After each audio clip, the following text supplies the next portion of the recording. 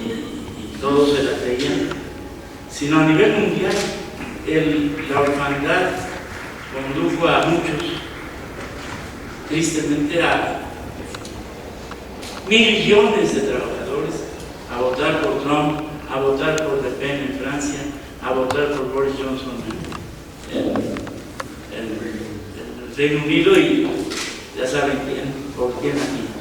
Entonces, la orfandad también no tiene una explicación mágica, y creo que la dice muy bien Arturo en la página 23. Precisamente hace falta reflexionar sobre qué es lo que en verdad puede caracterizarse como izquierda en esta era de la hegemonía del capitalismo neoliberal. Si bien es un problema global, en este libro pretendo abordarlo a título de ejemplo mediante la recuperación de procesos de actores a los que denomino diversas vertientes de la izquierda. Pero en otra parte, también al principio, dice que el rigor es por donde debía haber comenzado a comentar el libro, que la caída del muro de Berlín, es que ya entre ya se sabe uno situar en la computadora, pero ya no, ni con bastón.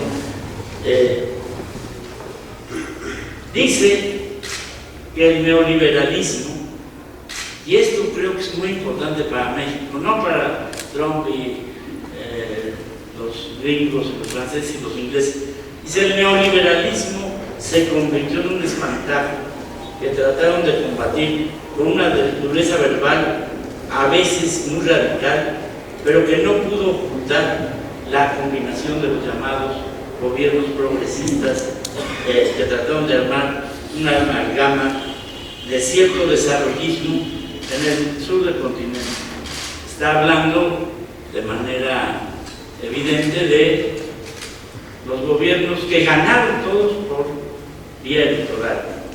El Lula creo que fue el primero importante, Bachelet y los de la concertación en Chile, incluso desde Ecuador, Correa y todos los demás, y Chávez, incluido Chávez, ganó en una elección, valga la redundancia, una contienda electoral. Fracasó el golpe militar que intentó, pero llegó al poder a través de los votos. Todo este mundo progresista, unos le llaman, no sé por qué, izquierda rosada, o socialismo rosado, está un poco, sí, pero no tiene nada que ver, para bien y para mal, la socialdemocracia francesa con Chávez o con Maduro, no tiene nada que ver. Es socialismo rosado porque no es socialismo, es en todo caso un conjunto de medidas de cierto orden subsidiario, como aquí, pero que no van contra el corazón del capitalismo. Pero Arturo hace en el conjunto del libro, un conjunto de referencias, y yo quiero concentrarme por el tiempo y por es lo que desconozco menos, a partir de las citas que hace en torno al movimiento del 68. Creo que en este texto Arturo rescata lo esencial del movimiento del 68 y me parece que es parte de lo que estamos padeciendo ahora. Dice que el 68 mexicano fue primero parte de un fenómeno universal, no solo fue mexicano ese movimiento, y que era un movimiento que tenía simultáneamente planteamientos contra el capitalismo avanzado, pero también contra las perversiones del socialismo de Europa del Este, de la Unión Soviética, pero también incluso de Cuba y de China. Ahorita que venía hacia acá, todavía hay compañeros que consideran a China socialista. Es uno de los países de una acumulación capitalista impresionante de millonarios que se quedan cortos de aquí o por ahí va, pero también de una intolerancia brutal. Hay una etnia que ahorita se me olvida el nombre, 1 millón de personas de esa etnia están viviendo en campos de concentración en este momento en China. Eso no puede ser de ninguna manera algo que pueda identificarse con el socialismo. Y creo que Arturo aquí lo señala bien, y creo que es el fondo de lo que determinó esta crisis, esta orfandad que tuvo en México, pues variables.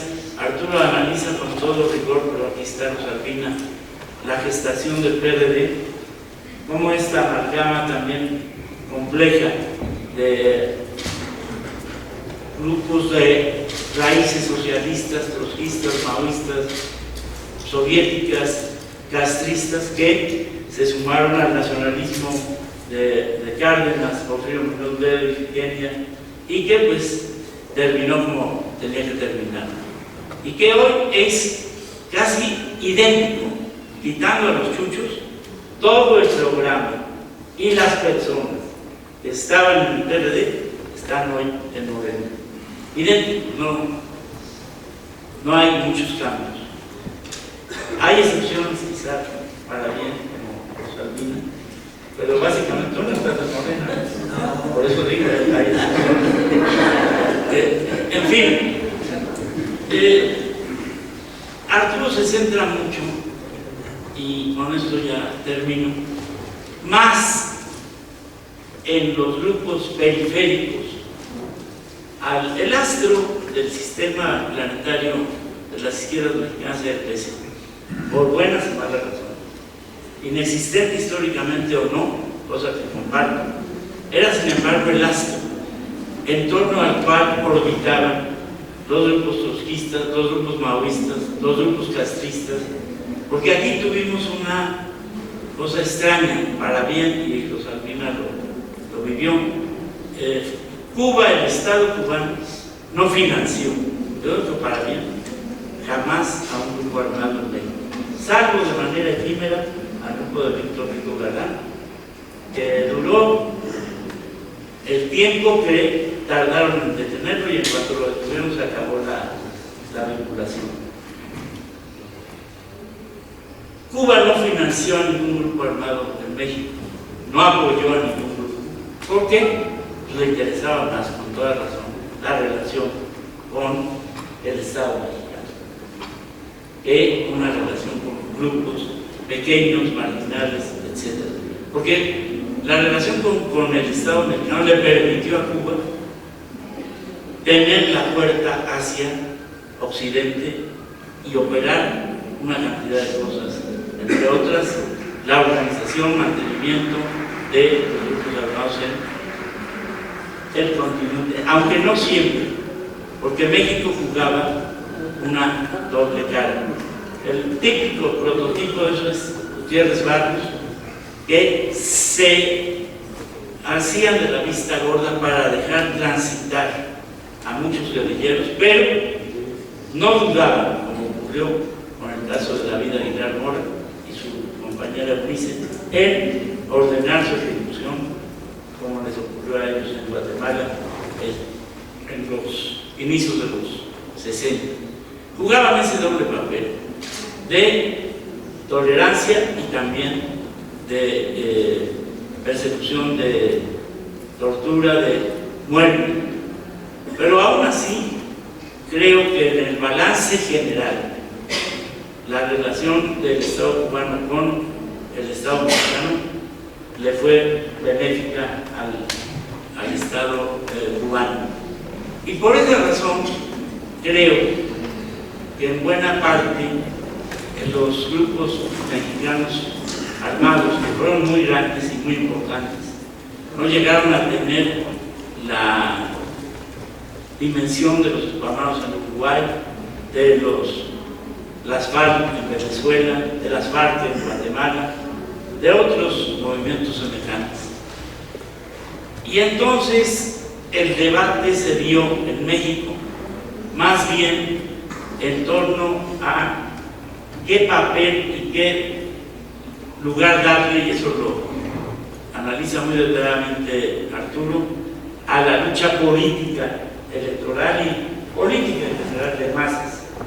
Arturo habla mucho del FENAP y del paro cívico nacional de 1984 y de lo que yo creo que efectivamente quizá fue el último chance que hubo del movimiento sindical de construir una opción propia, distinta. Hasta hoy, ya vimos antier, se presentó un señor X, bueno, con un apellido que no creo que sea parabólico, pero Aces, se apellida así, el señor Aces o Eces, no me acuerdo bien, que se presentó con toda la parafernalia, viejo estilo, con el presidente. Y el movimiento social, el natural espacio, la vivienda natural de las izquierdas marxistas, nunca lo ha sido. Éramos y seguimos siendo una vanguardia sin proletariado y un proletariado sin cabeza.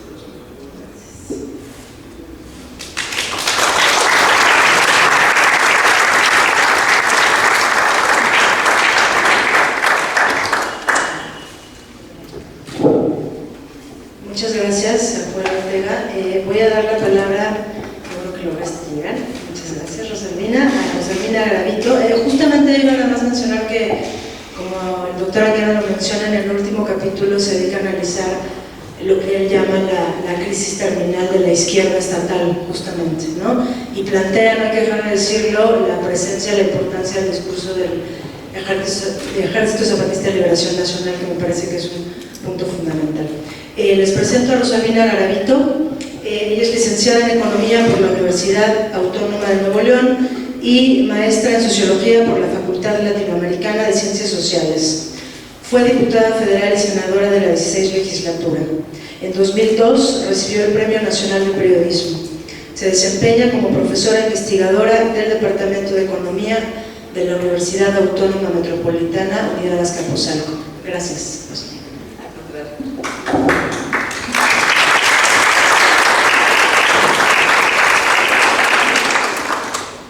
Bien, pues después de algunas vicisitudes, les traigo la noticia de que la sociedad se sigue movilizando, así que Reforma estaba tomada y estaba yo atorada ahí por la buena razón de las movilizaciones, pero que casi me impide llegar a tiempo. Estoy muy contenta entonces de haber alcanzado a llegar. Voy a leer muy poquitas cuartillas porque si lo hago de manera espontánea es posible que utilice más tiempo del debido. Así que me permito primero agradecer la invitación de Arturo a esta presentación y digo que Resistir la pesadilla es la obra más reciente de mi prolífico amigo Arturo Anguiano. Hace menos de 2 años publicó Revueltas, un rebelde melancólico, que ha sido, como ustedes saben, un gran éxito editorial. Según entiendo, ya se agotaron 2 ediciones. Es un profundo estudio sobre el irreductible José Revueltas, ícono de la generación del 68 y quien labró su presencia política en el siglo XX a través de su acompañamiento y participación teórica y militante a lo largo de las más importantes luchas obreras y populares de ese siglo. Un hombre rebelde que supo decir no a cualquier claudicación y que por ende sufrió la represión sistemática del Estado mexicano. Para Arturo, y no solo para él, sino también para quienes quisiéramos ver en el país una izquierda fuerte, propositiva y congruente con sus ideas, Revuelta sería el ideal de un hombre de izquierda. Y seguramente mientras trabajaba afanosamente sobre aquel libro, Arturo lo hacía también sobre este que hoy presentamos, Resistir la pesadilla. Y de alguna manera encontré yo, ¿cómo decir?, un parangón encontrado, para la redundancia.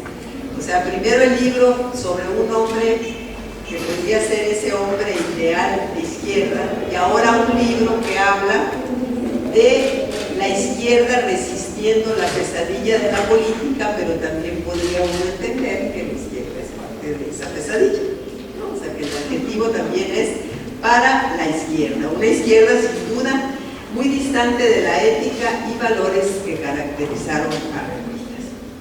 Entonces, permítanme compartir algunas ideas, comentarios que me surgieron a partir de la primera lectura del librote de Arturo, que es un mamotreto, veanlo por favor, pero hay que leerlo, de 543 páginas, porque además está muy bien escrito y es fluido, es un libro de calidad, tiene calidad también editorial.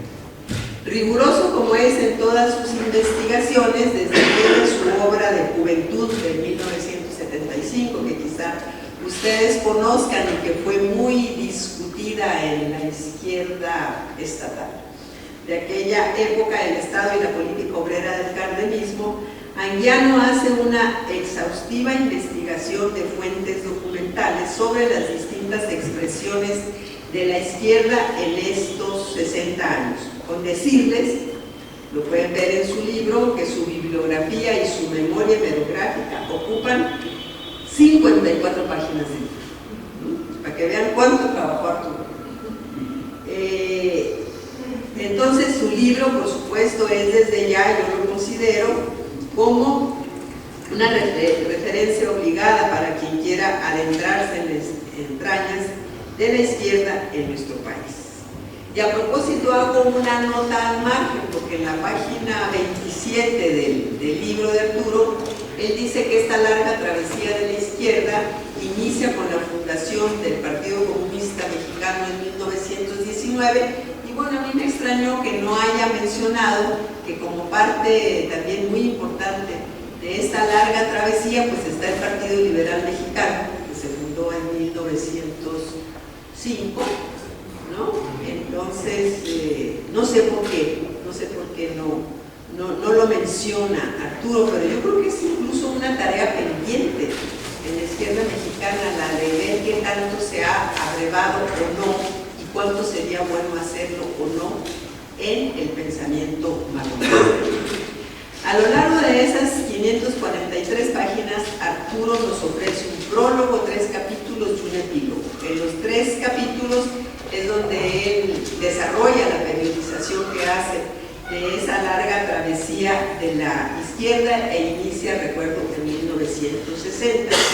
En este momento me detengo en el prólogo, porque desde ahí el autor expone algunas de sus ideas, creo, centrales sobre la izquierda, en este caso para el contexto en América Latina, en particular sobre el llamado ciclo de los gobiernos progresistas y de izquierda en la región, que vivieron o continúan de alguna manera con dificultades con esa experiencia, que comprenden a Ecuador, Bolivia, Uruguay, Venezuela, Brasil. Pero déjenme decirles que de un plumazo, Arturo niega que hayan sido progresistas o de izquierda. Así lo dice en el prólogo. Esto digo yo solo para abrir boca. Es bueno, ¿no? Que los libros sean así provocativos. Así que todo el mundo dice que son de izquierda y progresistas. Pues fíjense que sí, que no, dice Arturo. Eso no es ni de izquierda ni progresista. Y con ello pienso yo, bueno, con eso abre boca, lo que Arturo les reclama es su función a esos gobiernos, es su funcionalidad para la etapa del desarrollo capitalista actual, o sea, para la globalización, el neoliberalismo. Es decir, les reprocha no ser anticapitalistas. Y con ello nos invita a que se abra la discusión sobre la naturaleza de la izquierda. Si no es anticapitalista, ¿no es izquierda? Pregunto yo.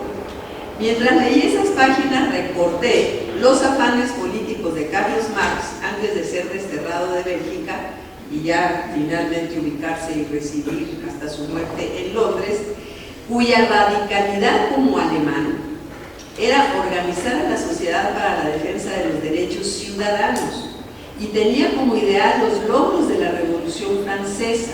Él se fascinaba cuando llegaba a París y veía la herencia de esa Revolución Francesa, que fue sobre todo una revolución burguesa que eliminó los vestigios del feudalismo y de los poderes monárquicos. O sea, peleaba por instaurar la democracia en un imperio como el alemán, que negaba los elementales derechos y garantías individuales a sus habitantes. No digo ciudadanos alemanes, por la limitada condición que estos tenían, tanto que su destierro tiene su origen en esas luchas democráticas. Es muy interesante leer la vida de Marx de esa época porque se ve como su radicalidad en los términos en el código, porque Arturo lee a la izquierda sería de un reformismo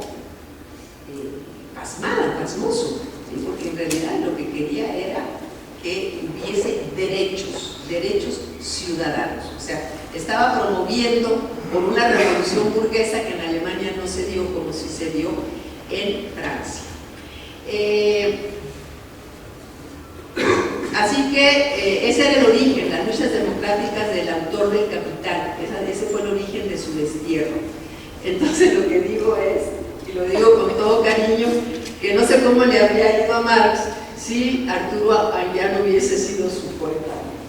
¿Dónde lo habías colocado, mi querida amiga?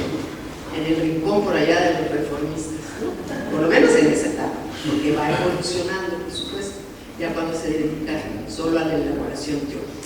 En fin, dejo este comentario como una invitación, de eso se trata, ¿no? Como una invitación a discutir qué es la izquierda. Y bueno, pues así también adelanto mi tesis. Un proyecto político de izquierda para mí no es de una vez y para siempre. Por el contrario, la izquierda es un proyecto que recoge las mejores y más avanzadas ideas de la sociedad para su emancipación en determinado momento histórico. Hay que ubicarlo históricamente, verlo como expresión de ese momento y como síntesis efectivamente de esas, así las llamo, mejores ideas para la emancipación, con todas las dimensiones que la emancipación significa. Y estas ideas pueden no ser anticapitalistas, mientras no surjan otras que sí lo sean. Porque ahí sí, o sea, si hay un proyecto anticapitalista, bueno, ese para mí sería el auténtico proyecto de izquierda, porque quiere decir que ya nació desde abajo, desde la sociedad, la visión, la visualización, el proyecto que puede efectivamente emancipar a la sociedad y no solamente liberalizarla o democratizarla. Por ejemplo, en la actualidad el proyecto del EZLN es el proyecto más avanzado de la izquierda en México. Es anticapitalista porque pone por delante la demanda de autonomía, de la democracia participativa y la de la propiedad social sobre la tierra y los recursos naturales. Que el EZ sea el proyecto más avanzado de la izquierda es una idea que comparte Arturo como buen simpatizante zapatista. Espero no equivocarme. Pero antes del 94, y ahí entonces estoy discutiendo con Arturo, el proyecto más avanzado, fíjense, lo dice una muy crítica actual del perfil, pero digo, lo ubico históricamente. Antes del 94, el proyecto más avanzado y sin ápice de propuestas anticapitalistas estuvo representado por el PRD como oposición no funcional al sistema, como una oposición real y en defensa consistente de la demanda de democracia electoral. O sea, que los votos cuenten, que los votos valgan. Ahorita eso lo escuchamos como, qué aburrido, eso es ser de izquierda, no, por favor. Pero recuerden qué país éramos antes de que se conquistara la democracia electoral del 96, donde no existíamos como ciudadanos. sea, si no te respetan el voto, pues ¿qué clase de ciudadano eres? Un poquito como le pasaba a Marx en la época antes de su destierro a Londres, en Alemania. Un proyecto además unitario de las diversas expresiones políticas y sociales de la izquierda en ese momento, en el momento del 88, 89, con todas las vertientes, desde la más reformista hasta la más radical, de quienes veníamos de la expresión de la lucha armada. Todo ese arco estuvo presente y confluyó ahí, fue el intento más grande, digamos, en el siglo XX de unificar a la izquierda. ¿Qué pasó? Y Arturo, gracias Arturo que me citas ahí en tu libro, ¿qué fue lo que pasó? Y es lo que, o sea, la parte que me cita es justamente esa tesis, de decir, bueno, una vez que el PRD se organiza, con toda esa izquierda, pero también con lo más avanzado del nacionalismo revolucionario que venía del PRI, pues se hizo patente que esa izquierda que veníamos de todos los lados no teníamos un proyecto propio. Simplemente nos acogimos a ese nacionalismo revolucionario, incluida su servidora, por la convicción de que era necesario que primero tenían que reconocernos como ciudadanos para cualquier otro desarrollo de un proyecto de izquierda. Era condición sine qua non. Bien, entonces una izquierda sin proyecto es triste reconocerlo, porque esa izquierda empeñó esfuerzos, empeñó vidas, ¿sí? Desarrolló luchas valiosísimas, pero cuando quiso sintetizar todas esas luchas de las cuales venía en distintas expresiones gremiales y sociales, las quiso sintetizar en un proyecto político, se colgó del nacionalismo revolucionario, un proyecto que venía de la Revolución Mexicana, ¿sí? Entonces no había modernidad en la izquierda del PRD, era evidente. ¿De dónde surge la modernidad? Y efectivamente un proyecto para el siglo XXI del EZ en el 94. Entonces ahí concluye la tarea histórica progresista del PRD luchando por la democracia. Y digo que paradójicamente fue el EZ el que contribuyó a que se cumpliera la demanda de la sociedad que encabezó el PRD de respeto al voto. ¿Por qué digo que sin el EZ seguramente no se habría conseguido? Porque Zedillo otorga la reforma, reconoce la demanda de democracia electoral, se realiza la reforma de 1996, la que crea al IFE y al TRIFE, pero lo hace por supuesto desde la astucia del Estado.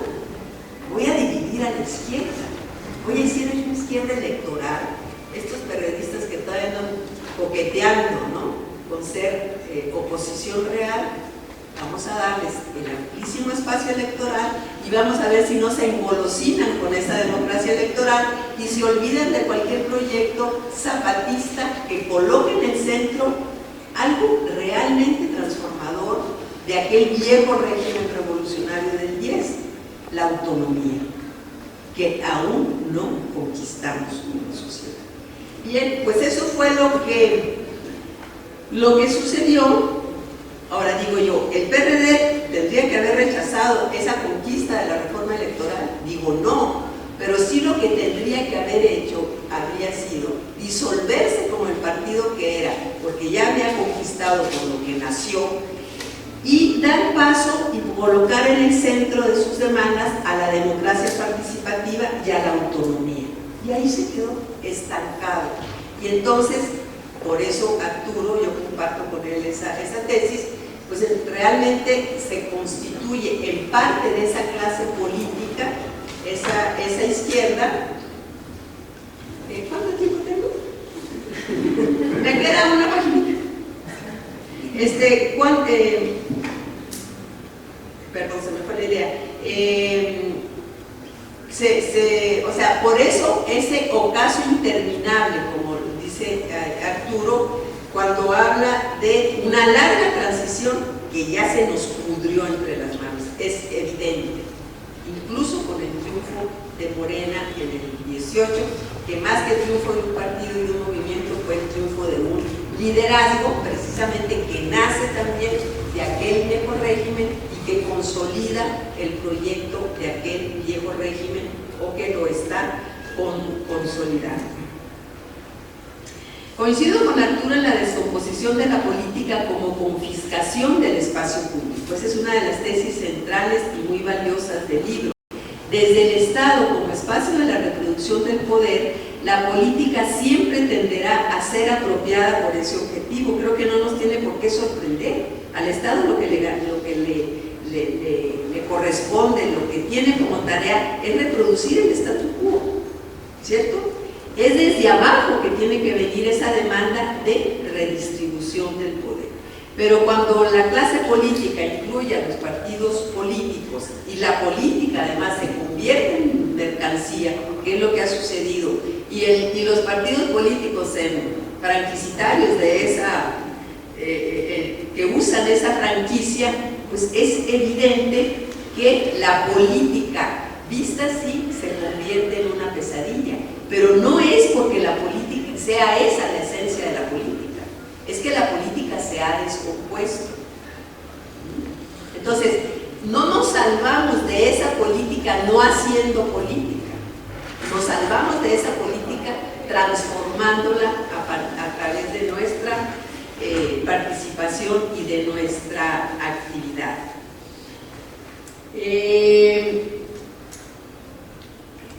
Entonces, se necesita recuperar a la política como el espacio transparente, democrático, con rendición de cuentas. Ese proyecto ya existe, nació en el 94. Esa clase política, como dice Arturo, le dio lo hizo a un lado, lo soslayó también por racismo. También estuvo presente el racismo. En esa Cámara de Senadores que estaba ahí, a ningún senador se le podía ocurrir que un indígena tuviera un proyecto de nación moderno para el siglo XXI de México. ¿Por qué? ¿Cómo? Los indígenas.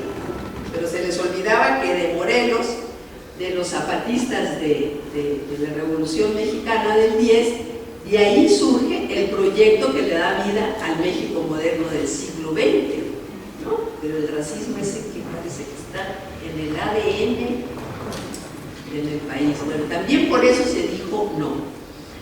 Pero digo, y ahí también es, no sé si crítica, pero siento como sí tengo una diferencia con Arturo, porque cuando se habla en el libro de ese proyecto, parece que las bondades y las virtudes es porque emerge de algo esencialmente bueno que son los indígenas.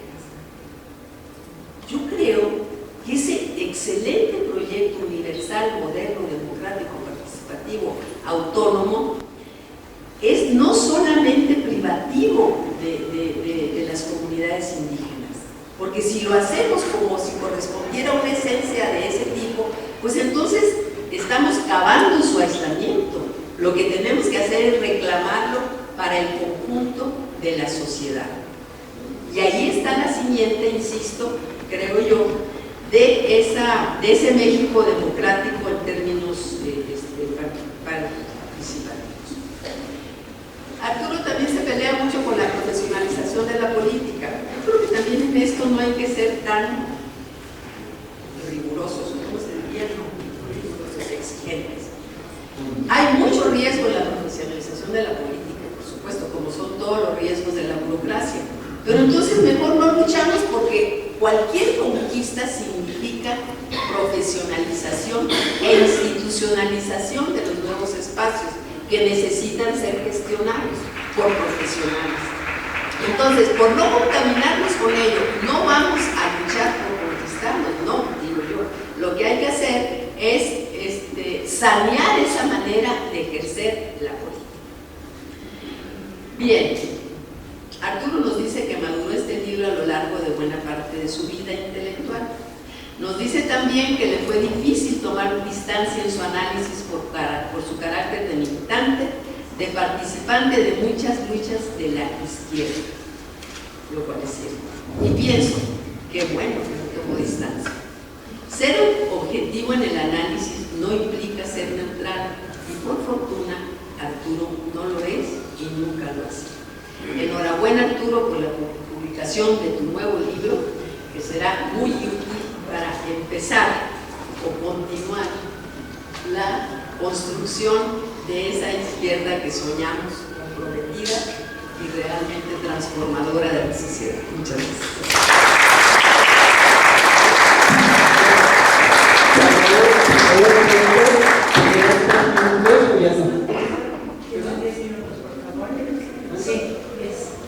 Sí, gracias. Gracias. Bueno, primero que nada agradezco a Rosalina y a Joel la participación, por supuesto la presencia de todos ustedes. Y bueno, lo que justamente yo traté con este libro era suscitar una polémica, o muchas polémicas, sobre algo que es fundamental, un actor decisivo, ¿no? Que ha sido muy importante en diferentes momentos de la historia de nuestro país y del planeta, ¿no? Y lo primero que puedo decir es que mi libro no es abstracto, no es generalista, sino es un libro que justamente trata de recuperar la historia de las distintas izquierdas en los diversos momentos de 60 años. Y que en ese sentido trato, evidentemente, de ubicarlos en el contexto y de explicarlos en el contexto, y de esa manera, por eso, como decía Andrea al principio, es que hablo de la izquierda que surge en 68, ¿no? Y que va a tener una serie de secuencias. Hablo de la izquierda que después se transfigura hasta desnaturalizarse, como el PRD. Apareció como un proyecto de izquierda que se permitió más pronto que tarde, ¿no? Y dejó de ser izquierda. Entonces, lo que yo llamo de que la izquierda que ya no es, ¿no? Y hablo también de otras izquierdas que evidentemente tuvieron diferentes procesos de recomposición, de organización, de participación, etc. Y al final dedico una buena parte del texto a lo que yo llamo la izquierda que está tratando de retomar el viejo programa de Marx, que era un programa de emancipación. ¿De emancipación frente a qué?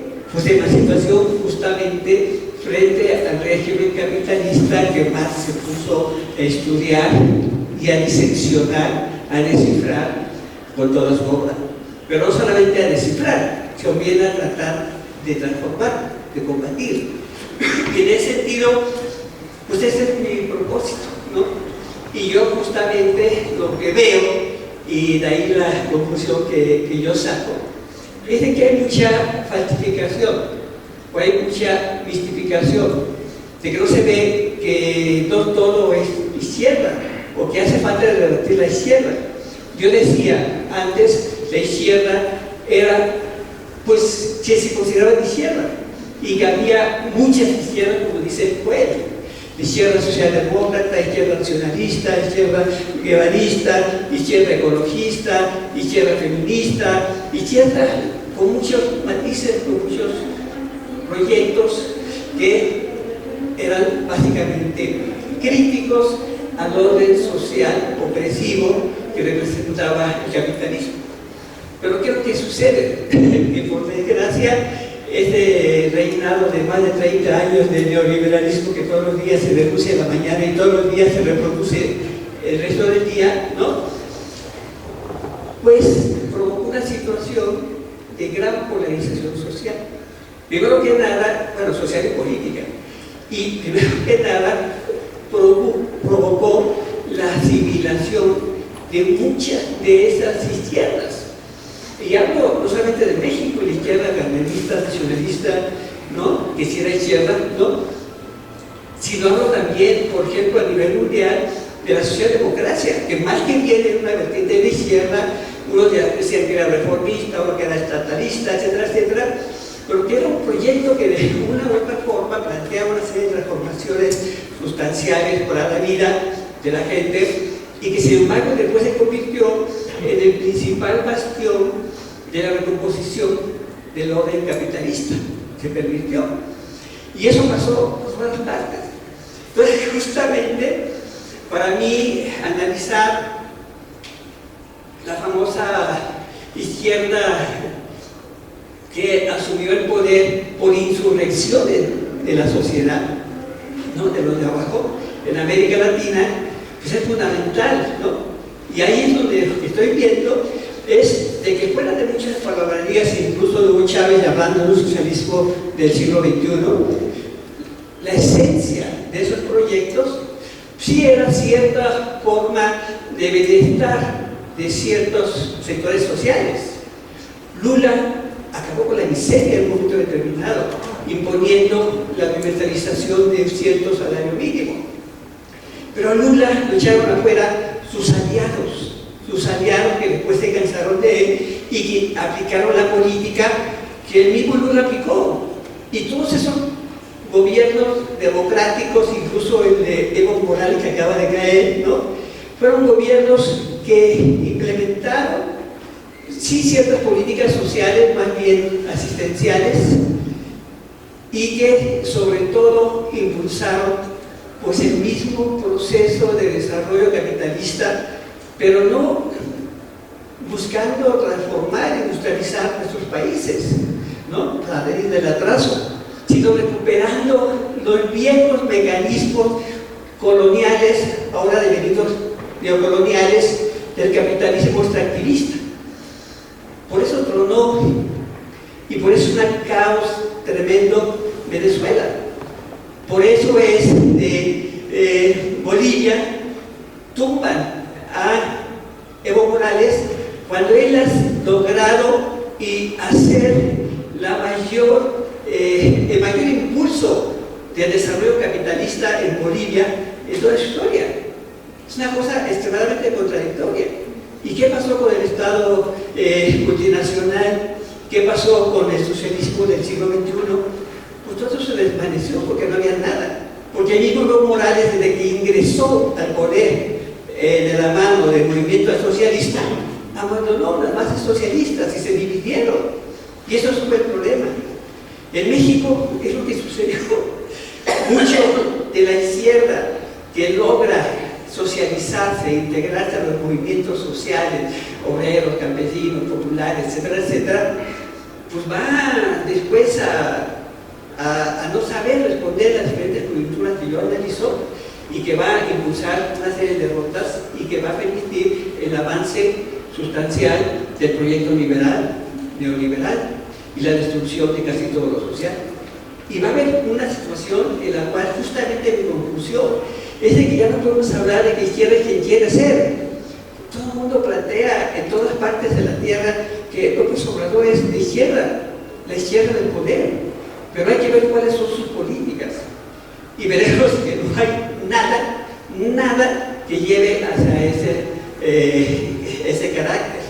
¿Por qué? Porque justamente lo que yo hago, y por eso me aparezco aparentemente un poco, no sé, sectario, es de que en este momento, ante esta amenaza al planeta que está generando para su destrucción el capitalismo, la única posibilidad de defender a la humanidad, como dicen los zapatistas, de evitar su destrucción, es justamente combatiéndolo de raíz, o sea, no provocando ningún tipo de reformas, de reestructuraciones que simplemente mantienen lo mismo, sino buscando plantear un proyecto de fondo realmente emancipador. O sea, recuperar, no criticar al viejo plan, sino recuperar al viejo plan, cuyo proyecto fundamental era justamente el proyecto de emancipación. Entonces hablaba de los trabajadores. Yo creo que los zapatistas tienen razón. Hablamos de emancipación y preservación de la humanidad amenazada por el capitalismo. Por eso digo yo, ahora, en este momento, no antes, ahora, en este momento, la izquierda solo puede ser capitalista, anticapitalista y emancipatoria, o no lo es. Y por eso es que yo estudio el proyecto zapatista y veo que junto con ellos hay muchos núcleos sociales y comunidades que se van desarrollando en buena parte de México y del planeta, que están buscando un proyecto realmente alternativo al capitalismo y que están buscando un proyecto emancipador, o sea, autónomo, autogestionario, libertario, ¿no? O sea, la lucha por las libertades es básico, pero en México no existe, nunca ha habido democracia. Lo que se logró con todas estas luchas que hicimos en los 80, en los 90, fue apenas lograr ciertas libertades limitadas, ¿no? Bueno, esto es, ¿no? Y ya, para no molestar a los compañeros, vamos a acabar. Agradezco mucho la presencia de todos estos, por supuesto, a mi universidad, que fue la que editó este magnífico libro, y espero que lo lean y que discutamos sobre estos temas. Muchas gracias.